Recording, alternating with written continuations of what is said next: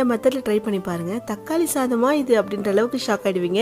அவ்வளோ சூப்பரா இருக்கும். ஃபர்ஸ்ட் கடையில கொஞ்சம் எண்ணெய் சேர்த்துட்டு பட்டை, கிராம்பு, ஏலக்காய், கல்பாசி, இது கூடவே சோம்பு நல்லா ஸ்லைஸா கட் பண்ண 2 வெங்காயம் 2 பச்சை மிளகாய் சேர்த்து நல்லா வதக்கி எடுத்துக்கலாம். வெங்காயம் வதக்கினதும் இது கூட 1 டீஸ்பூன் இஞ்சி பூண்டு பேஸ்ட் சேர்த்துட்டு அதையும் நல்லா வதக்கிட்டு ஒரு கைப்பிடி ஃபுல்லா புதினா கொத்தமல்லி சேர்த்துட்டு இதையும் நல்லா வதக்கி எடுத்துக்கோங்க. இப்போ ஒரு 3 பெரிய சைஸ் தக்காளி அரைச்சி சேர்த்திருக்கேன். இந்த மாதிரி சேர்க்கும் போது ஃபிளேவர் நல்லா கிடைக்கும். என்ன நல்லா பிரிஞ்சு வர வரைக்கும் வதங்கணும். அந்த அளவுக்கு ரெடி ஆனதும் இப்போ இது கூட நம்ம மிளகாய் பொடிலாம் சேர்த்துக்கலாம். காஷ்மீர் மிளகாய் பொடி ஒரு 1/2 டீஸ்பூன், கூடவே 1 டீஸ்பூன் காரப்பொடி, 1/2 டீஸ்பூன் பிரியாணி மசாலா, கொஞ்சமா உப்பு சேர்த்துட்டு நல்லா மிக்ஸ் பண்ணி எடுத்துக்கலாம். இப்போ 1 கப் சீரக சம்பா ரைஸ்க்கு 2.5 கப் அளவு தண்ணி சேர்த்திருக்கேன். குக்கரா இருந்தா 1 கப்பே போதும். தண்ணி நல்லா கொதிக்கும் போது ஊற வச்ச சீரக சம்பா ரைஸ் சேர்த்து நல்லா மிக்ஸ் பண்ணிட்டு அப்படியே மூடி போட்டு வச்சிருங்க. கொஞ்ச நேரம் கழிச்சு தண்ணி நல்லா ட்ரை ஆனதும் லைட்டா நெய் சேர்த்துட்டு அப்படியே தம் வச்சிருங்க. கரெக்டா ஒரு 10 நிமிஷம் போதும். சூப்பரா ரெடி ஆயிடும். நல்லா கம வாசனையோட தக்காளி சோறு ரெடி. கண்டிப்பா ட்ரை பண்ணி பாருங்க. சைட் டிஷ்க்கு ரைத்தா, எக் கிரேவி இதெல்லாமே செமையா இருக்கு. உங்களோட ஃபேவரட் சைட் டிஷ் என்னன்னு கமெண்ட்ல சொல்லுங்க.